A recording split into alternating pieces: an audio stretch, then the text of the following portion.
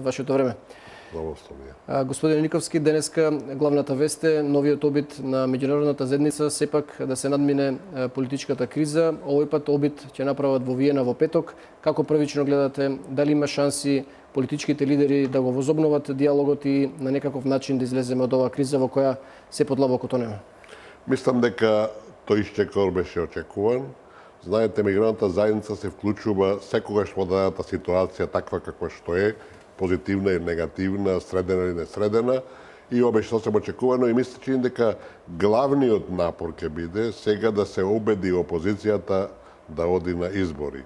Многу беше важно што изборната државна комисија рече дека изборниот список е чист и дека престои така период на уште дотерување и контрола на увид на јавност и слично до 19 мај. Мислам дека тоа е најсилниот аргумент кој никој не може да го негира. Така да не забораваме и Брисел, а зад него и Вашингтон, кој е главниот модератор, главниот менеджер на сето ова, се свесни дека заоштрувањето на состојбите во нашата земја, продлабочување на кризата, не дај Боже до некакви отворени улични судири никому не му одговараат, најмалку нив, бидејќи тие сметаат дека контролираат Македонија на начин кој води во насока на наша капитулација околу името и тоа не треба да се поремети, а за тоа сепак дојде на дневен ред и да оди според некој нивно сценарио, избори треба да има на 5 јуни, иако ќе има уште доста драматични моменти до тогаш. Мислам дека обидите се сега да се убеди опозицијата да оди на избори, бидејќи ако ги бойкотира изборите, опозицијата како што сега онака го најавува многу одлучно, мислам дека тоа ќе биде прецена штета на опозицијата, ќе наштети на државата, меѓутоа сметам дека последиците главни ќе ги износат тие. Затоа во интереси на самата опозиција, во неја има многу паметни луѓе, треба да сватат дека се работи сите овие 2 години, неполни 2 години, се работи за државата. Се друго е дел, сегменти на сценарио кој е погубно за државата и мислам дека таа свест мора да превладее и дека опозицијата треба да одни избори, да се соочи со резултатот и да ги направи после тоа ако ги изгуби изборите се тие внатрешни промени пред се на раководството, ако ги добие изборите, така да земе власта и да владее понатаму. Имам повеќе прашања, господине Никовски, но пред да го продолжиме разговорот, предлагам да го слушнеме извештајот на колегата Михајло Видимлиски за тоа кој се ќе учествува на оваа средба во Виена во петок и што може да се очекува од неа. Нова лидерска средба е закажана за во петок во Виена. Информацијата ја потврди од овде од делегацијата на Европската Унија во Скопје, од каде што се вели дека делегацијата на Европската Унија испрати покана во име на тројцата пратеници за состанок, заедно со комесарот Хан и со лидерите на политичките партии во земјава, кој ќе се одржи на 22 април во Виена. Цел на средбата, како што наведуваат во соопштението од делегацијата на Европската Унија, е да се разговара за начините за решавање на кризата и да се обезбеди понатамошната примена на договорот од Пржино и реформските приоритети. Тоа е значи официјалната потврда која што имаме за средбата закажана во петок, инаку се работи за тројцата европратеници кои што учествуваа и во договорите, односно преговорите во Пржино, Ричард Ховит, Едвард Кукан и Иво Вајгал. Овој пат средбата со посредство на Јоханес Хан, како исто така што е предвидено и на истата средба да присуствуваат евроамбасадорот Иво Орав и амбасадорот на Соединетите Американски држави во земјава Джес Бейли. Партиите, политичките партии и 4 партии потписнички на договорот од Пржино за сега потврдија дека ја имаа добиено поканата за средбата во Виена. Од ВМРО ДПМН стасува значи и официјална потврда дека ја имаат поканата и дека делегација на владеачката партија ќе присуствува на средбата закажана во Виена. Од Социјалдемократскиот сојуз потврдија дека имаат добиено поканата. Јас пред малку разговарав со потпаролот на партијата Петре Шелегов, кој што рече дека се уште се договара со коалиционите партнери на опозицијската партија околу тоа дали да се учествува на средбата закажана во петок во Виена. Исто така го очекуваме и ставот на партиите на Ахметина Мендух Тачи. Тоа беше Михајло Видимлиски. Господин Никовски, слушнавме дека сите партии ги добиле поканите, ВМРО ДПМН потврди дека ќе учествува. албанските партии не потврдуваат, но предпоставувам 100% сум сигурен всушност дека ќе учествуваат. Единствена дилема останува дали СДСМ тактизира со одговорот или навистина има можност да не отиде на оваа средба во Виена. Мислам дека нема да бидат толку, како би рекол, забегани, може изразот е премногу силен, да не отидат. Мислам, избор немаат. Ако не одат на средбата во Виена, тие ќе покажат дека се деструктивен фактори, дека не сакаат никаква разрешница која би била било како прифатлива за другите. Така да 100% и тие, како што рековте вие, и албанските партии ги учествуваат на средбата во Виена. Како од дипломатски аспект да го разбереме ова дека средбата е во Виена, некако на неутрален терен, до сега бевме сведоци дека овие средби се одвиваа пред се во Скопје, во Пржино, славни се Пржино 1 и 2. Имаше некои средби и во Брисел, во Страсбург, сега на неутрален терен во Виена. Може ли да бидеме сведоци на некаков нов договор, може би Виена 3 или Виена 1? Видите, мислам дека да се враќаат назад не може да си дозволат ни странците кои се менаџери на целата оваа криза. Тоа ќе биде сепак неков, да речеме, некаква платформа за излез од оваа пат ситуација во која сме доведени. Тврдоглавост, ако сакате, на опозицијата ќе бара некои отстапки од позицијата, нели така? Секогаш е тоа во дипломатијата и во политиката, значи да се најде некој баланс, никој да не биде онака јавно посрамотен. Меѓутоа, очигледно е дека, велам, опозицијата ќе учествува во Виена и тоа не треба да биде спорно, дека ќе се бара некој модус вивенди, некоја утешна награда, речеме, за опозицијата, сепак го прекаши зборот што толку гласно повторува деновиве дека нема доден избори, да сепак се појават на изборите. Затоа што Брисел, а пред се Вашингтон, кој е, велам, носител на сите овие настани, нема да дозволат да опозицијата не излезе на изборите, ќе направат се да ја присилат, али се разбира ќе најдат некој начин да ја дадат некои трошки, колку да се тоа балансира и да испадне некаков, да речам, спасување на образот. Полесно да се изврши притисок во странство отколку во Скопје?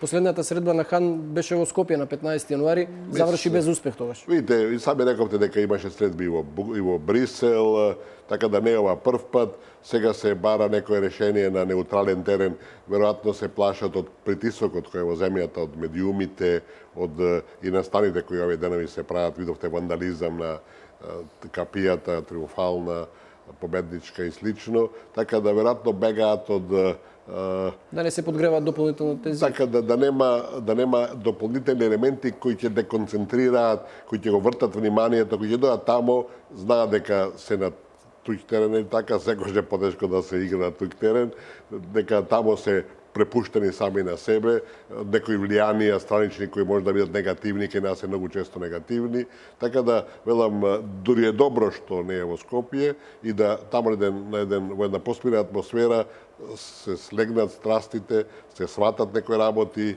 и мислам дека тоа е една убава шанса да одиме напред, а мислам дека и ако не веднаш, ќе има и втора средба, може би ако не успее прва, да опозицијата се присили да го потребиме тој збор да оди на избори. Ја гледате ли шанса за такво нешто? Опозицијата тврди дека ништо од тоа што беше договорено не е исполнето, дека практично нема услови за фери демократски избори и покрај ставот на Државната изборна комисија и сите ставови на останатите учесници во овој процес. Видите, нели беа три основни, да речам, проблеми или прашања или критериуми поставени.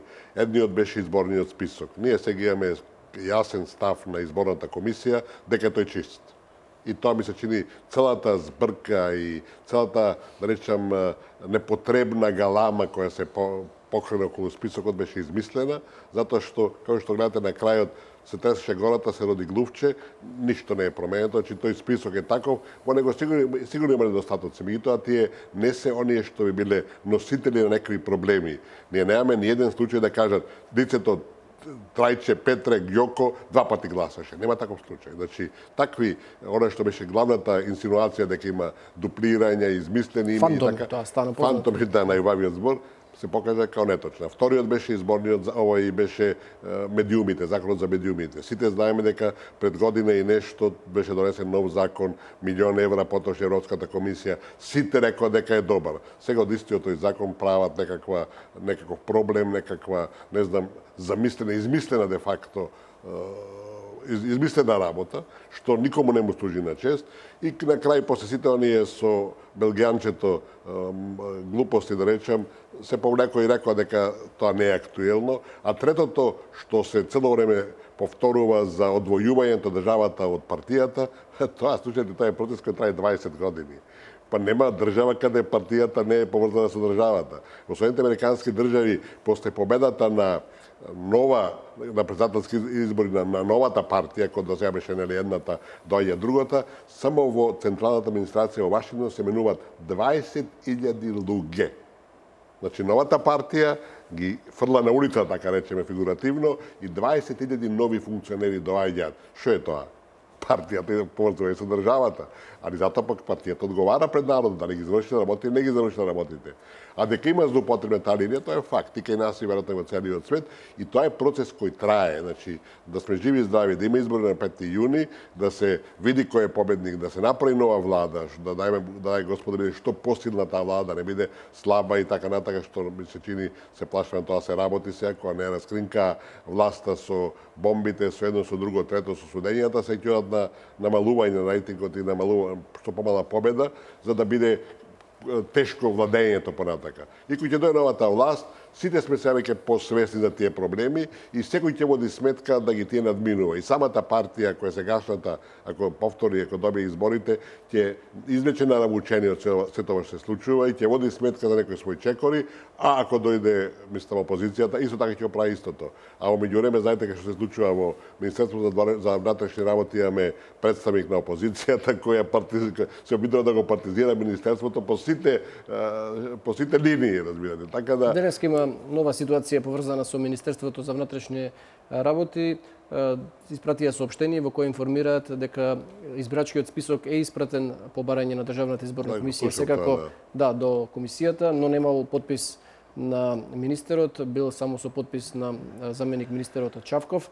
Пандор Чантевска беше таму. Предлагам да го слушнеме нејзиниот извештај, па ќе поразговараме и за ова прашање. Државната изборна комисија и официјално денеска го објави роковникот по кој што ќе се води заради организирање на фери демократски избори. Меѓутоа, последната моја информација која што пристигна доцна попладнево од Државната изборна комисија е дека во текот на вчерашниот ден од Министерството за внатрешни работи го добиле избирачкиот список со податоците на граѓаните, односно со податоците на гласачите. Избирачки список без оние сомнителни гласачи за кои што ДИК се уште чека одговори од МВР по однос на нивната дополнителна проверка која што ја бараше Државната изборна комисија. Токму овој избирачки список кој што треба да се стави на увид пред граѓаните на 25 април, повторно ја направи вжештена атмосферата во Државната изборна комисија, иако и денеска очекувавме јавна седница, сепак денеска нема да се одржи јавна седница, затоа што доцна попладнево пристигна и допис од Министерството за внатрешни работи во кој што соопштение се спори токму валидноста на овој избирачки список кој што во текот на вчерашниот ден пристигнал во ДИК, затоа што според соопштението на МВР бил само со подпис на заменикот министер Чавков, но не и со подписот на техничкиот министер за внатрешни Оливер Спасовски.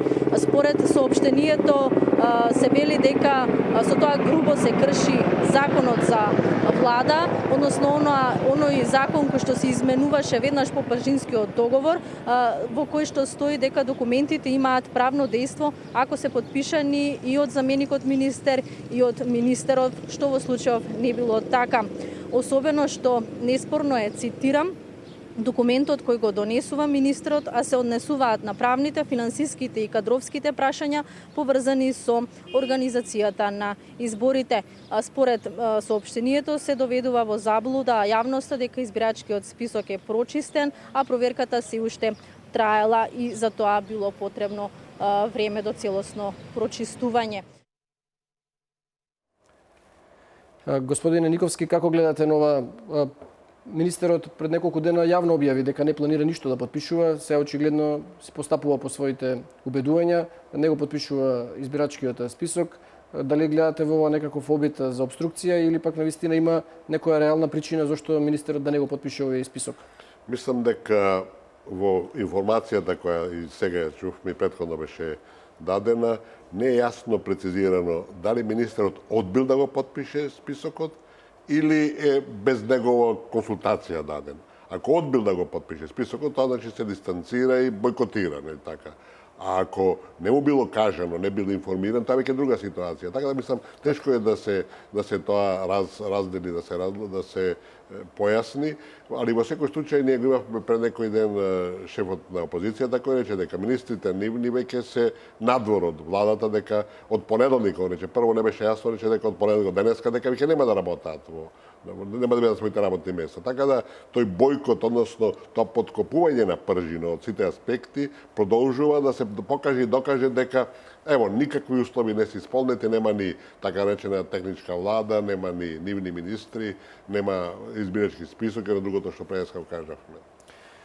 Добро, господине Никовски, сега од режија ми јавуваат дека веќе ги имаме на линкови нашите репортери од државава. Вечерва исто така има протести организирани и од граѓанската иницијатива Протестирам во неколку градови низ државата и секако од граѓанското движење за одбрана на Македонија. Го гледам Емил Камов, се јавува од Велес. Ѓорѓи Камов, Ѓорѓи, каква е ситуацијата во Велес, кој се протестира и гледам дека имаш гостин, повели со разговорот.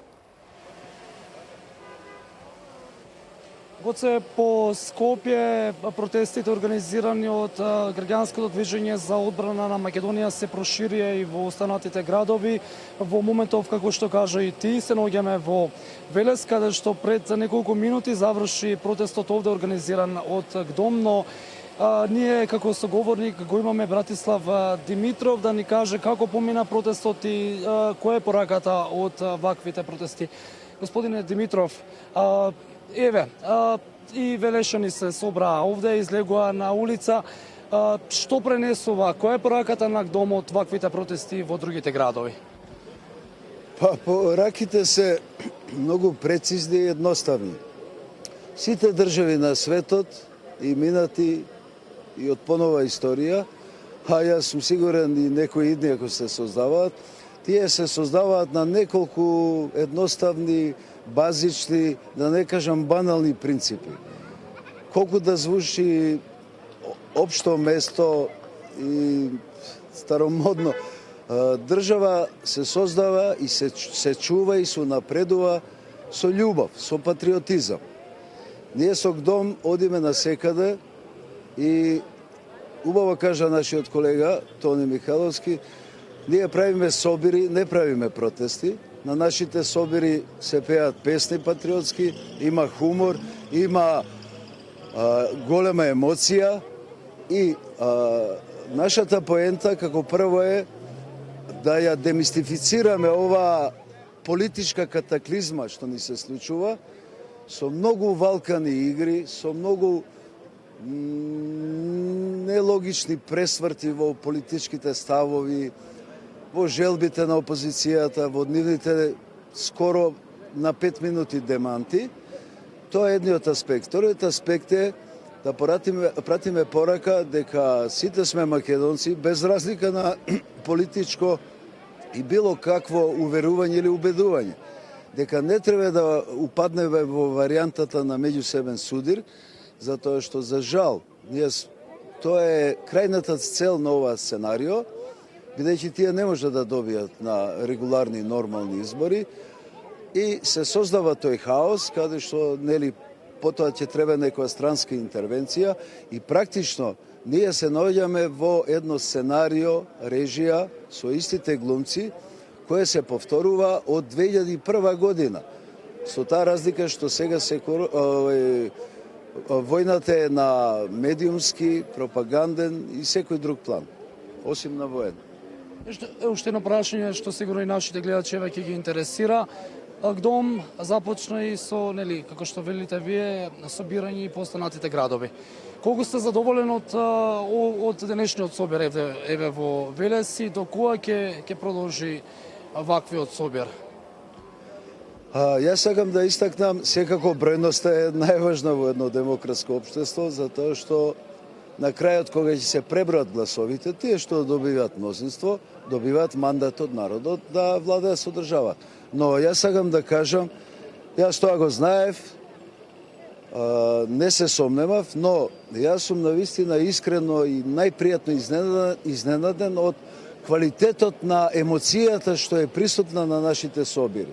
За разлика од оние навистина варварски протести, каде што има емоција на гнев, на омраза, на одмазнички страсти, тоа ке нас во нашето движење и за голема наша среќа и во тие собири апсолутно го нема. Предслав ви благодарам јас на изјавата.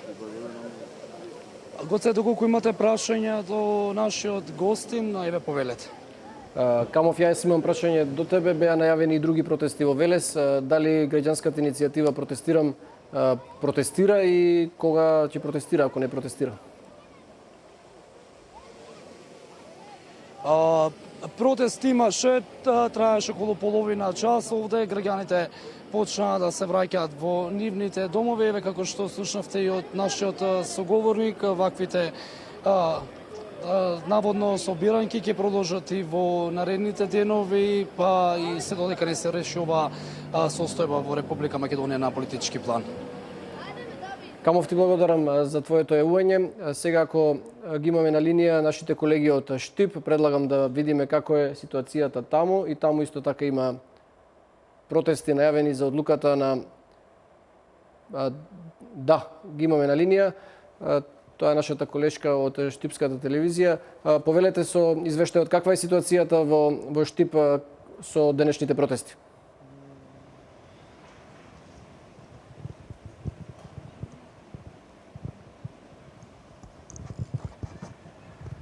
Очигледно имаме мал проблем да стапиме во контакт. Не ме слуша колешката од Штип. Ако од режија успеат да го надминат овој проблем, се надевам дека во најскоро време ќе ја добиеме. До тогаш предлагам да се преселиме во Битола, и таму исто така има закажано протести. Добро вечер, каква е ситуацијата во Битола? За вечерва се најавени 2 протести, дали е мирно, како се одвиваат протестите? Добро вечер до сите граѓани на телевизија Нова од Битола. Така како што најавивте, вечерва се случуваат протести во Битола, закажани се 2 протести.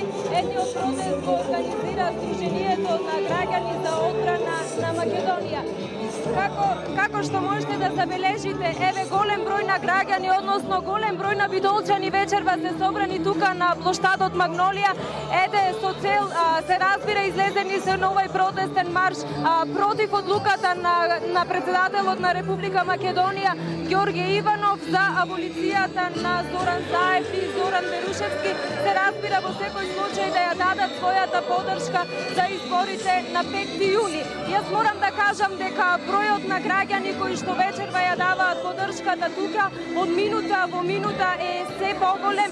И ете, морам да кажам дека за скоро време се очекува и обраќање до самите присутни од представниците на граѓанското здружение за одбрана на Македонија.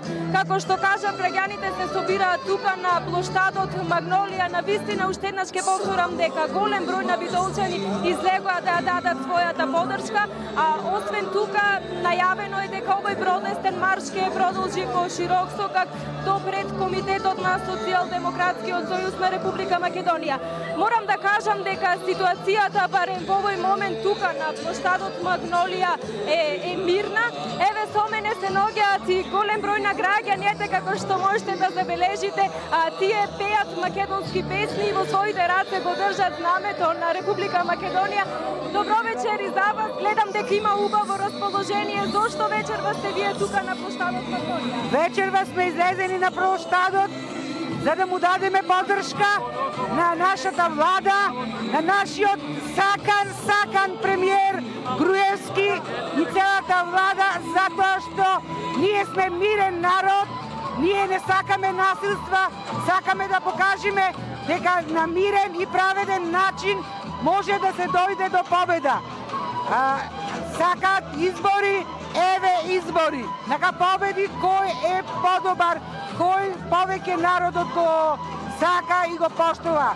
Го поздрав и да знае дека цел македонски народ седи зад председателот Никола Груевски, исто и целата влада.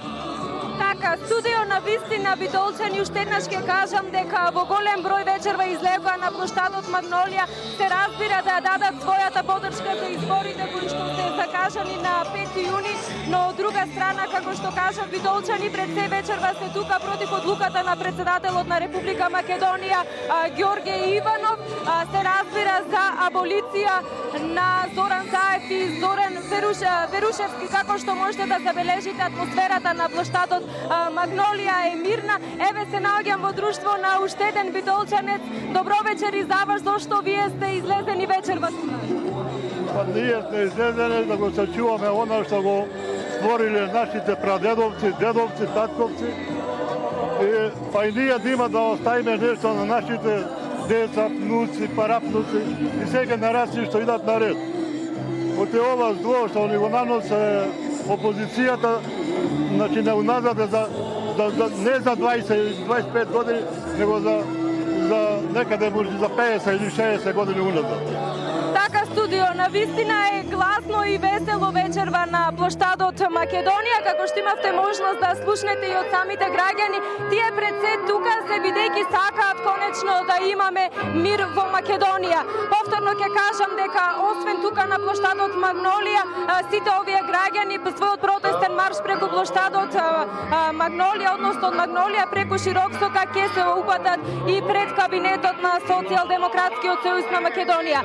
Да кажам дека напоредно со овој протест во Битола се одржува уште еден протест, кој што ете веќе неколку денови се одржува поред, но за разлика од овој каде што имаме мирна атмосфера, морам да кажам дека протестите кои што се против аболицијата, против одлуката на председателот Иванов за аболиција на политичари и од опозицијата и од власта, ете на вистина тие протести кои што се одржуваат во Битола изминатите денови се насилни, тензични, со обид да се влезе во општинската зграда.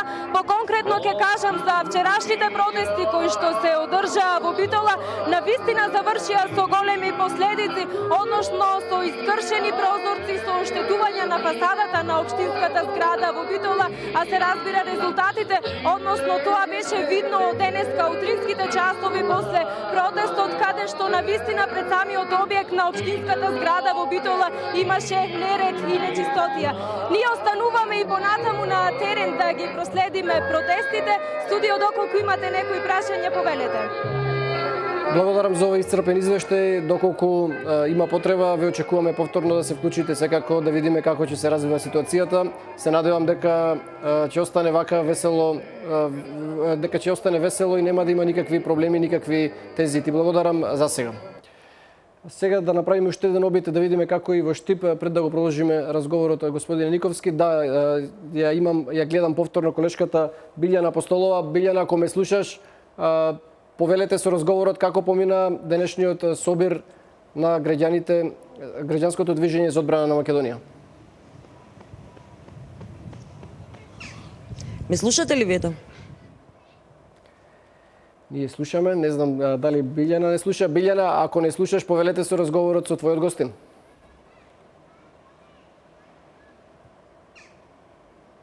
Очигледно имаме проблем да воспоставиме контакт со колешката од Штип.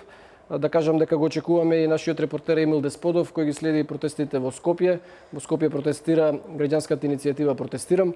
Господин Никовски, додека да ги обезбедиме преостанатите двајца репортери за ова вклучување, што мислите, може ли на оваков начин да се надмине политичката криза?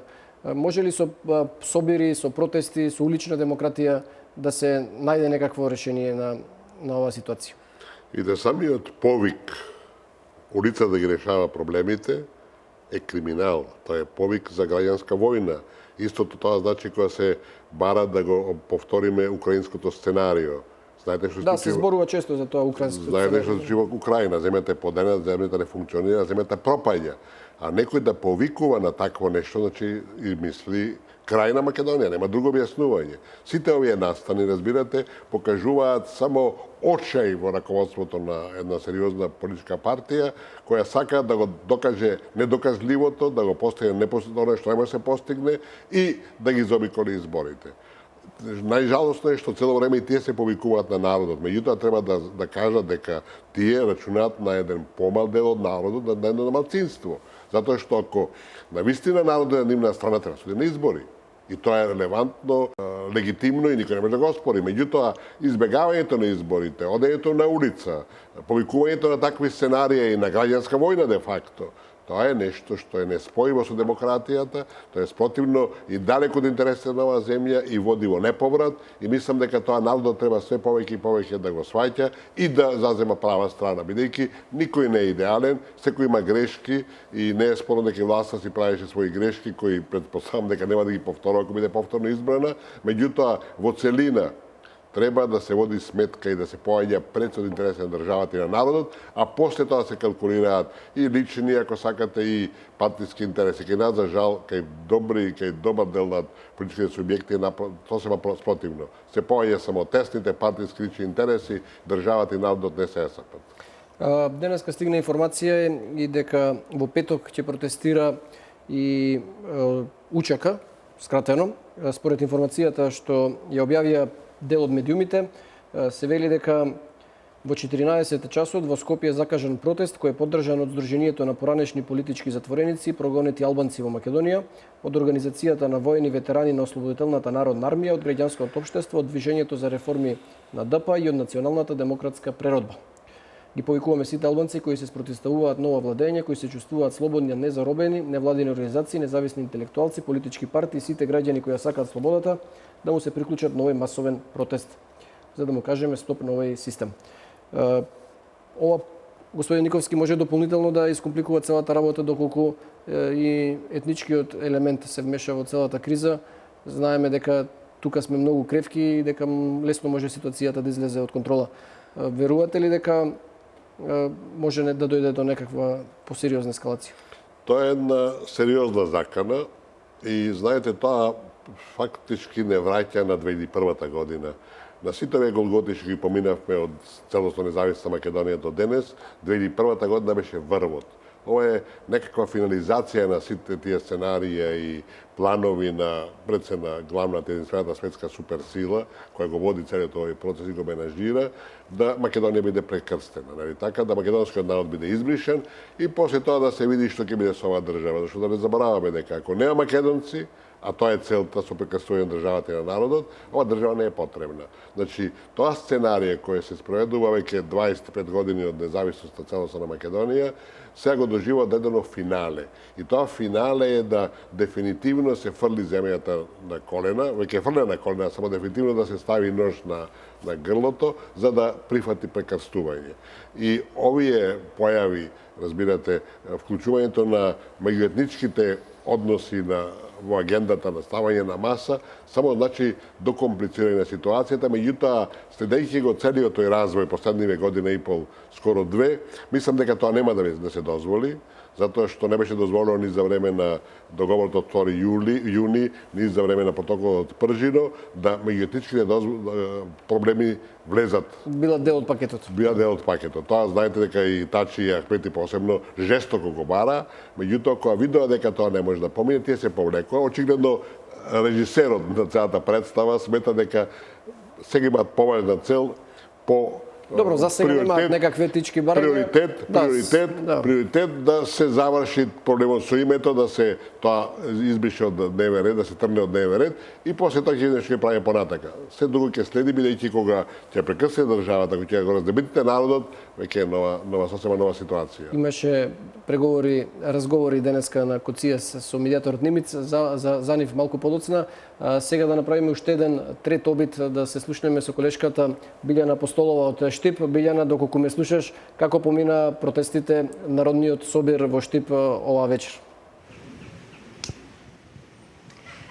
Одлично ве слушам. Мирниот протест овде на граѓанското движење за одбрана на Македонија помина мирно. Пред половина час некаде сите што беа вклучени во мирниот протест се разотидоа, меѓутоа овде со мене е доцент доктор Оливер Андонов, еден од организаторите на овие мирни протести, со кога ќе поразговараме токму за целта и што е она што ќе се случува во иднина. Добра вечер, господин Андонов. Добро вечер. Благодарам за поканата. Како што рекове, разговараме за целта на овие мирни протести. Една од идејата беше, додека протестиравте пред штабот на СДСМ во Скопје, избори на 5 јуни. Тоа веќе го има, но сега она што е во целта на вниманието е аболицијата на Зоран Заев и Зоран Верушевски. Па тоа беше всушност и на почетокот како втор дел од протестите на ГДОМ, при што председателот на собранието Трајко Велјановски ги распише изборите на 5 јуни, но СДСМ и понатаму продолжува да се противи на тоа, сакајки да ја продлабочи така веќе претерано длабоката политичка криза која Република Македонија воведе во агонија и ја доведе во состојба на тензичност, застанување на сите нормални процеси на живење кај граѓаните.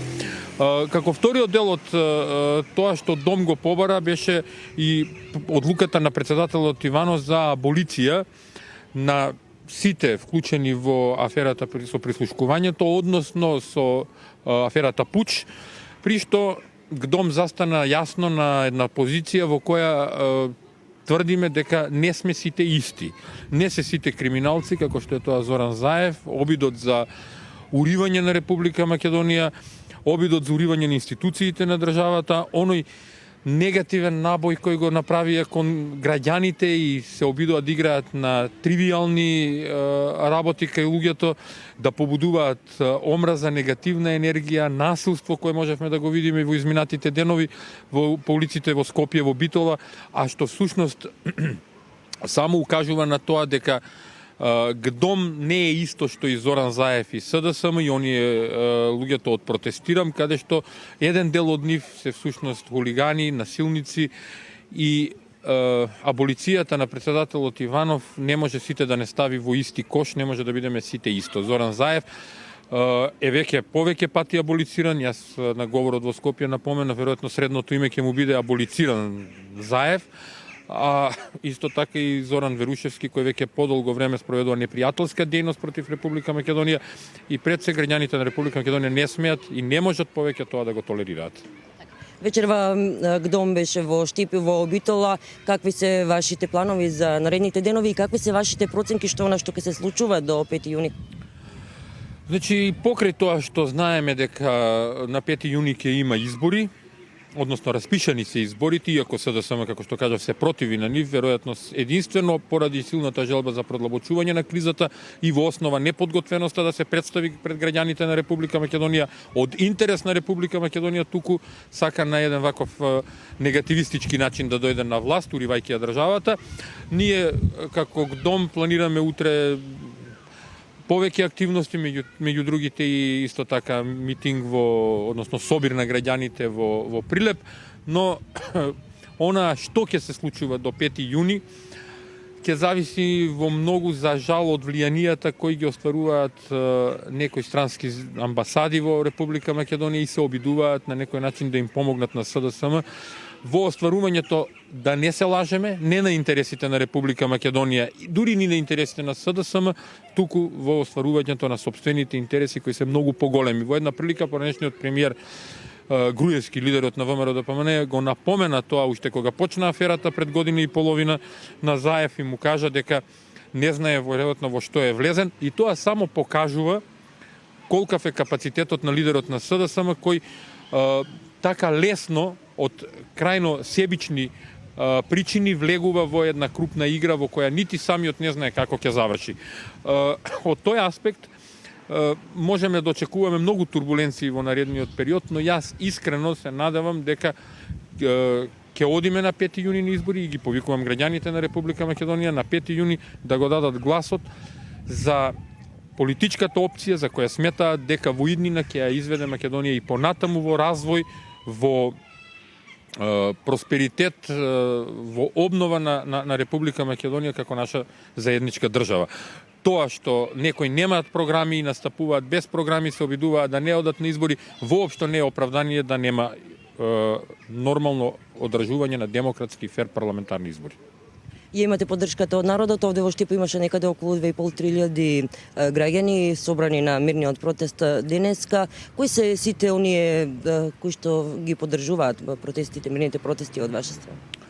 Значи, ние немаме организација на поедини целни групи. Едноставно, ние ги повикуваме сите граѓани на Република Македонија. Ние ги повикуваме сите структури во Република Македонија, сите слоеви во народот во Република Македонија, сите професии, едноставно сите граѓани на Република Македонија кои си ја сакаат татковината, кои сакаат да излезат, да го поддржат ГДОМ во едноставната идеја.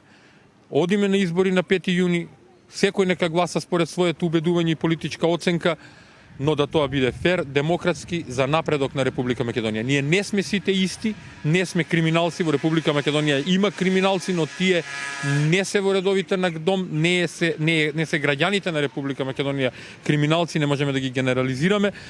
Према тоа нема потреба од аболиција и сакаме коректно да се настапи и да има правна разрешница на она што се случуваше во последната година и пол, односно предизвика страшни и економски, политички и национални последици и пред се па и психички последици кај граѓаните. Ние како ГДОМ во една рака сме помалку и толку изненадени да кажам колку луѓе застануваат зад нас и ние можевме да видиме дека по нашиот протест излегоа и поддржувачите на СДСМ. Разликата е 10:1 во присуство на граѓани кои ја изразија својата поддршка. Тоа ни дава храброст да знаеме дека и да тврдиме дека македонскиот народ е свесен, македонскиот народ е државотворен, знае и разбира што се случува во неговата држава и знае да почитува и да проценува кој што работи во државата.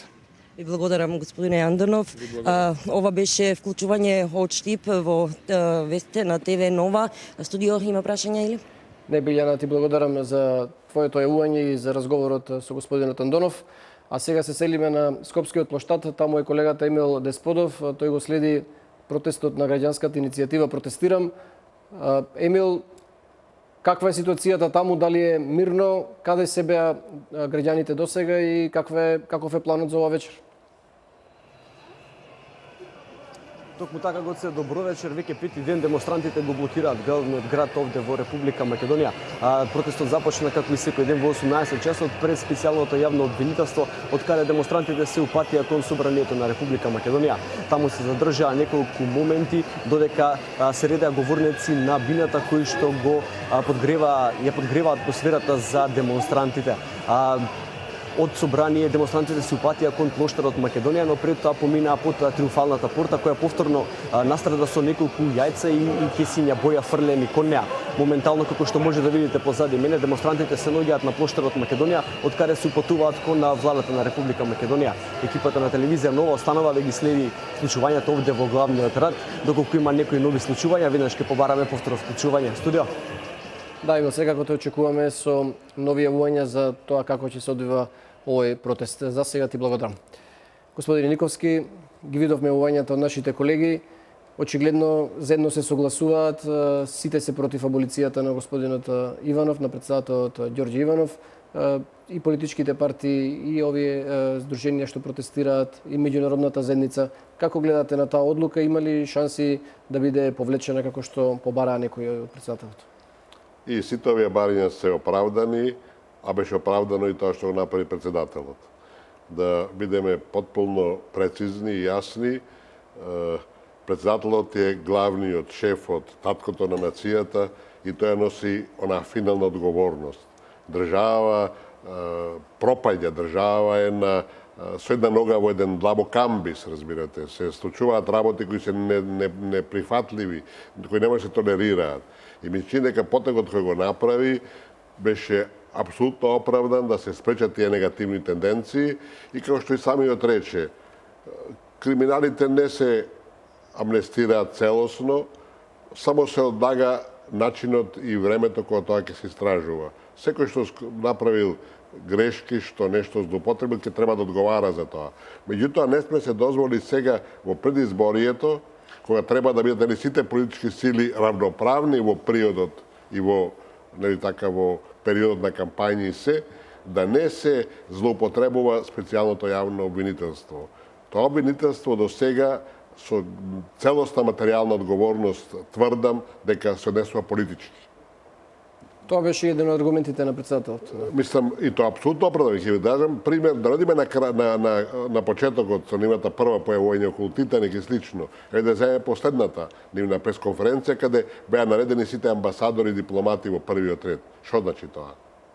Протекторат сме ние, па ни ги стават гувернерите тамо да ни се представа дека ево тие држат државата и тие го водат целиот процес. И второ, Јанева го заврши своето излагање со најава, вели, има големи кражби, големи злоупотреби, односно прелевање на буџетски пари во приватни джепови. Тоа е политичка изјава. Тоа може да каже Јанев, Заев и други да го тврдат тоа. Меѓутоа, јавен обвинител да излезе со таква изјава, тоа не е негова работа прво. Таа треба да ги истражува и да ги стави на маса. Да ги видиме сите и кажеме, браво, видите, значи тука нешто нашле. Криминал има секаде. И треба да се гони до крај. И добро што има специјално јавно обвинителство, зашто секојаш тие нормалните така се во некои корелации и слично. Меѓутоа, тоа треба да биде професионално и да работи во интерес на државата, а не да води политика. Ова јавно обвинителство води апсолутно политика, целта е јасна да се дискредитира власта и да се овозможи доаѓање на друга гарнитура да ја преземе власта, која нели повеќе пати јавно изјавуваше дека е спремна да го бит карбетот. Тоа е суштината на целиот овој процес кој го имаме, ова голгота која ја доживуваме веќе година и пол, и велам, тие играат улога на политичка сила, односно реализатор на туги интереси, туги барања, со цел да се постигнат некои нелегитимни и страни интереси.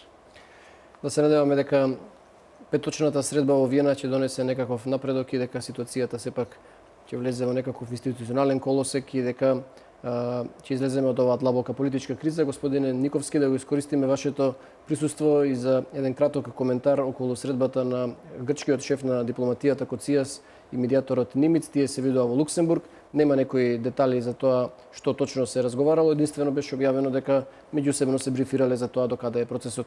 Гледате ли некаква корелација со нашата ситуација дома? Имаше некои изјави дека после избори треба да се решава името. Мислите ли дека има некакво поместување во процесот и што да очекуваме во него наредните месеци? Ова средба на Коцијас и на Нимиц е исклучително важна. Таа де факто е кодот, клучот, шифрата на сево што се случува, бидејќи тоа потврдува и покажува дека прислушувањето, кризава која не фрли на колена, е оркестрирана со цел Македонија да капитулира, да прифати промена на името и со други зборови раземитување на народот. Дека е тоа така, потврдува фактот што прво се јави Коцијас со интервју за Sky и рече дека на крајот од кој ќе заврши изборниот процес треба новата Нимиц рече дека мора да се најде решение за името. Следеше изјава на американскиот амбасадор Бейли. Кога ако не сега? Кога сме фрлили на колена, значи што вика на фудбал, на спорт, вика сега му е мајката. Ако сега не ја докрајче Македонија, кога?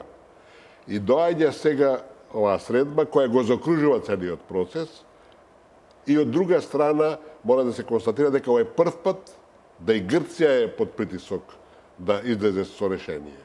Значи, да забораваме, Америка 25 години дожива порази за една мала држава која не прифаќа да го смит карбетот и пукна филмот сега, затоа направи и прислушување, затоа ја мобилизира и опозицијата која 10 години не може да е на власт и очајнички се бори да нешто направи.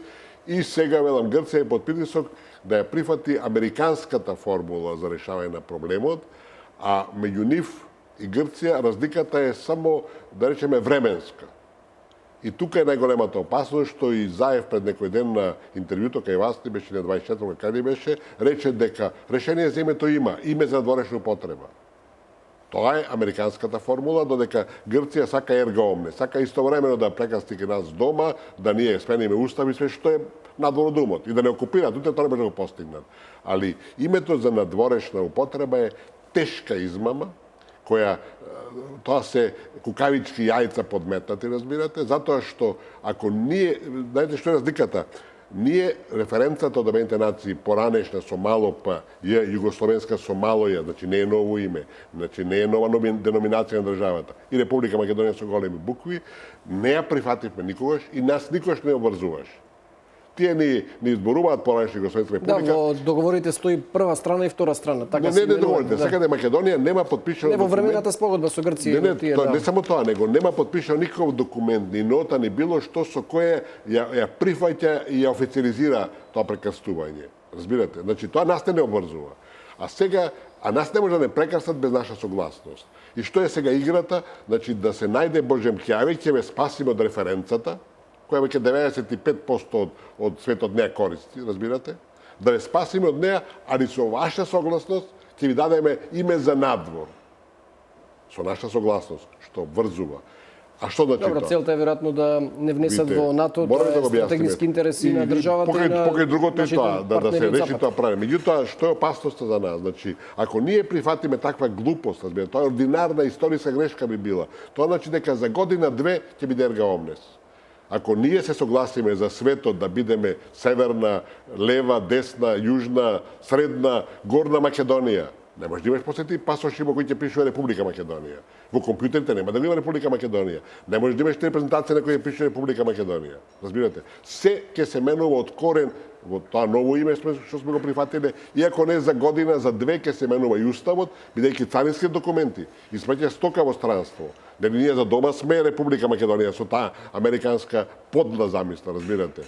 Ние ќе испраќаме царински документи со, не знам, со партизаните од Република Македонија пред да стокечат. Не, тако нешто нема во светот.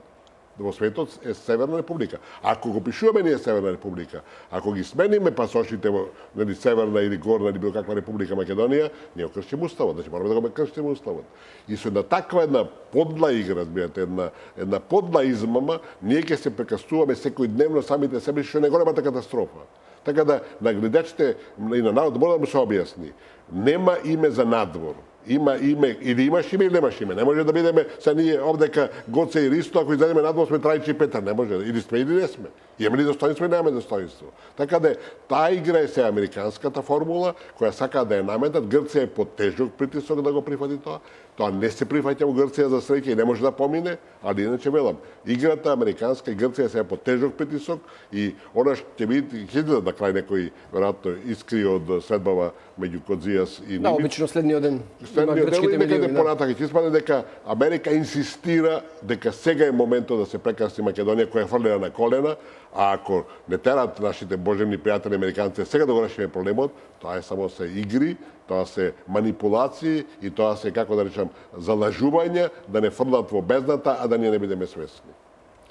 Господине Ристо Никовски, благодарам за вашето одвоено време да бидете мој гостин во овој информативен преглед. Анализиравме доста работи, навистина ми беше задоволство и благодарам. Ми беше задоволство и мене, благодарам и јас. Почитувани, тоа беше разговорот со господинот Ристо Никовски. Овде ќе направиме кратка пауза, за неколку минути се враќаме со нов информативен преглед.